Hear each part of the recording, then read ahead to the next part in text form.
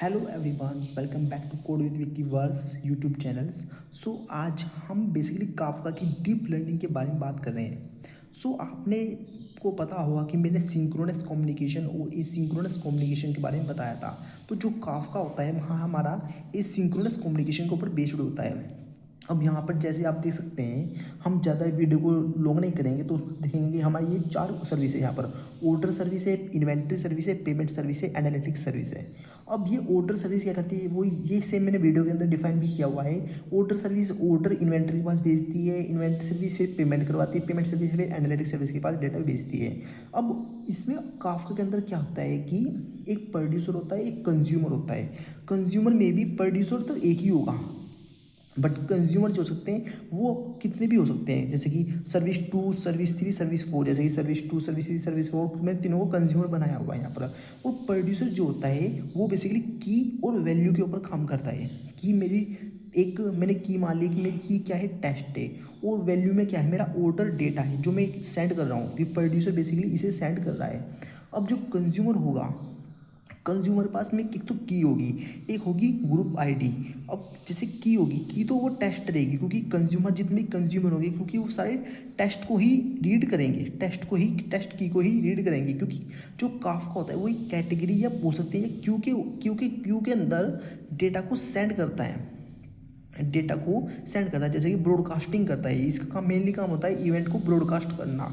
अब जैसे कि आप नेटफ्लिक्स देख सकते हैं, फॉर एग्जांपल मैंने एक नेटफ्लिक्स पे कोई और कुछ फिल्म, कुछ भी वेब सीरीज़ को अपलोड किया, तो आप जिस अगर सब यूज़र वन भी उसे देख सकता है, यूज़र टू भी उसे देख सकता है, यूज़र थ्री भी देख सकता है, यूज़र फोर भी उसे देख सकता है। ऐसा कुछ नहीं है, ऐसी कोई रिस्ट्रिक्शन नहीं। यहाँ पर मैं इवेंट ब्रॉडकास्टिंग कर रहा हूँ, ठीक है। अब यहाँ पर देखिए, ये जो ग्रुप आईडी होती है, लेकिन अब ये की तो मेरी सेम होगी हर कंज्यूमर के लिए, की मेरी सेम होगी हर कंज्यूमर के लिए, लेकिन जो ग्रुप आईडी होगी वो हर कंज्यूमर के लिए क्या होगी, डिफरेंट होगी। हर कंज्यूमर के लिए ग्रुप आईडी क्या होगी, डिफरेंट होगी। अब उसके बाद में हम बात कर लेते हैं एप्लीकेशन डॉट प्रॉपर्टीज़ के बारे में। हाँ, क्योंकि जितनी भी सर्विस होती है उसके अंदर आपको एक एप्लीकेशन डॉट प्रॉपर्टीज़ फाइल मिलती है। तो जब प्रोड्यूसर में जो एप्लीकेशन डॉट प्रॉपर्टीज फाइल होती है उसमें एक हम एड्रेस डिफाइन करते हैं कि हम किस एड्रेस से बेसिकली डेटा सेंड कर रहे हैं।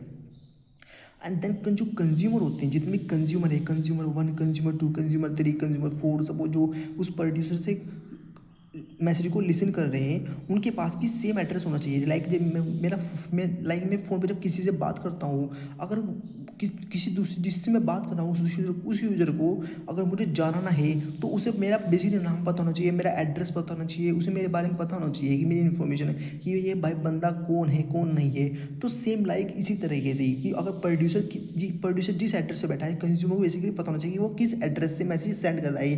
तो कंज्यूमर भी उसी एप्लीकेशन डॉट प्रॉपर्टीज़ के अंदर उस एड्रेस को डिफाइन करता है। इसके थ्रू ही वो मैसेज को लिसन कर पाता है। अब हम आते हैं हम थोड़ा इंटरनल वर्किंग के ऊपर इसकी काफका की, जिसके बारे में हम बात करने वाले हैं। अब जो काफका होता है, प्रोड्यूसर मैसेज जैसे सेंड करता है तो consumer one, consumer two, consumer three message listen कर रहे हैं। अब जो कंज्यूमर वन है और कंज्यूमर टू है, कंज्यूमर थ्री है, अब जो काफका होता है वो ऑफसेट के ऊपर काम करता है। किसके ऊपर काम करता है, ऑफसेट के ऊपर काम करता है। जैसे कि 0 1 2 3 4 5 6 7, ऐसे ही कंज्यूमर टू में तो ऐसे ही कंज्यूमर थ्री में मैंने डिफाइन किया हुआ है। अब जैसे ही प्रोड्यूसर ने सपोज एक कोई इवेंट सेंड किया, कंज्यूमर वन ने उसे लिसन कर लिया है। अब बट कंज्यूमर टू उस टाइम पर उसे लिसन नहीं कर पाया है क्योंकि कंज्यूमर टू कुछ काम कर रहा था या फिर मे बी शट डाउन था, ठीक है। कंज्यूमर थ्री ने भी इसे क्या कर लिया है, लिसन कर लिया है, बट कंज्यूमर टू ने इसे लिसन नहीं किया है। अब काफका उसका वेट नहीं करेगा कि भाई कंज्यूमर टू शट डाउन है या नहीं है। काफका बेसिकली इसलिए मैं इसे एसिंक्रोनस बोल रहा हूँ क्योंकि वो कंज्यूमर वन उसे रीड कर लेगा, कंज्यूमर थ्री भी इसे रीड कर लेगा, भले ही कंज्यूमर टू उसे रीड नहीं कर पाए, इससे मुझे कोई फ़र्क नहीं पड़ता है। अब ऐसे ही अब जब नेक्स्ट इवेंट प्रोड्यूसर सेंड करेगा तो उसके बाद में सपोज जब अब इसने कंज्यूमर वन ने रीड कर लिया है, कंज्यूमर टू जब उसे रीड अब कंज्यूमर टू के पास तो वो इवेंट पहुंच गया है, लेकिन बट उसने उसे रीड नहीं किया है। अब कंज्यूमर थ्री ने उसे रीड कर लिया है। अब कंज्यूमर टू क्या है कि अब कंज्यूमर टू घर पर आ चुका है या फिर उसकी सर्विस अप हो चुकी है।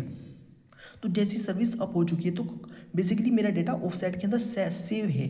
तो यहाँ पर मैंने इसलिए यहाँ पर बोला है कि जो ग्रुप आईडी होती है वो हर कंज्यूमर के लिए डिफरेंट होती है। तो यहाँ पर कंज्यूमर 2 के लिए ग्रुप आईडी क्या है, टेस्ट 2 है। अब टेस्ट 2 पे उसे पता है कि भाई मेरा 0 पे 1 पे भी मेरा इवेंट पड़ा हुआ है।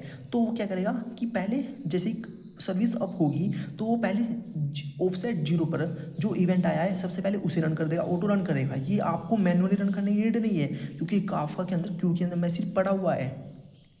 फिर वो इवेंट 2 भी आया जाता है उसके पास में, उसे रन कर देगा, ठीक है। उसके बाद में देन सेम बात अब ऐसी आ जाती है कि अगर सपोज मान लीजिए अब इस बार कंज्यूमर 1 बिजी है किसी चीज़ के लिए, कोई प्रोड्यूसर ने कोई इवेंट परफॉर्म किया लेकिन कंज्यूमर 2 ने तो उसे रीड कर लिया है, कंज्यूमर 3 ने भी उसे रीड कर लिया है, लेकिन कंज्यूमर 1 उसे रीड नहीं कर पाया है। अब नेक्स्ट टाइम फिर इवेंट कोई प्रोड्यूसर ने सेंड किया, अब कंज्यूमर 2 ने फिर से रीड कर लिया है, कंज्यूमर 3 ने इसे रीड कर लिया, बट कंज्यूमर 1 उसे रीड नहीं कर पाया है। अब कंज्यूमर 1 अब हो गया है, अब वो फ्री हो चुका है।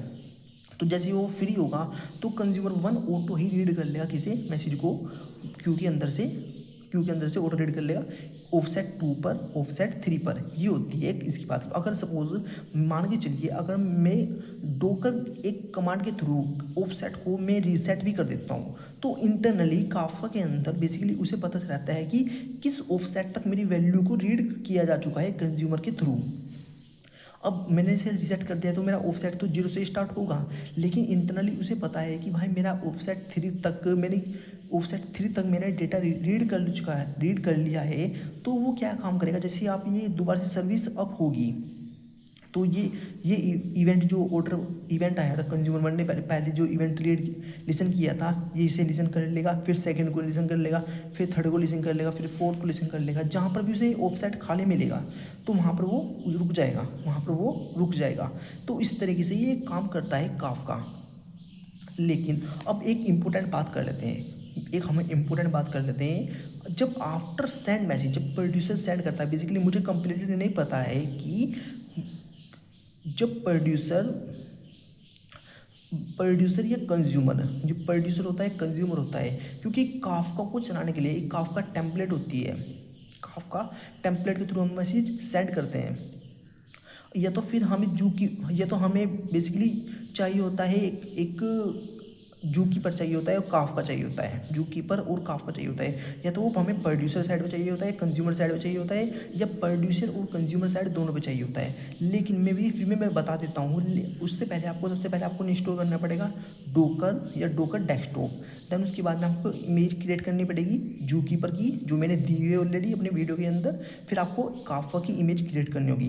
देन उसके बाद में आपको डोकर डेस्कटॉप इंस्टॉल करना होगा या डोकर ओपन करना होगा और रन करना होगा सबसे पहले जू कीपर को और रन करना होगा काफका को। तो फिर मेरा काफका काम करने लगेगा। जैसे ही आप प्रोड्यूसर के थ्रू कोई मैसेज सेंड करेंगे तो काफका उसे लिसन कर पाएगा। तो आप यहाँ पर मे बी इसकी इंटरनल वर्किंग को समझ गए होंगे कि ये काफका किस तरीके से काम करता है। I hope you like this video.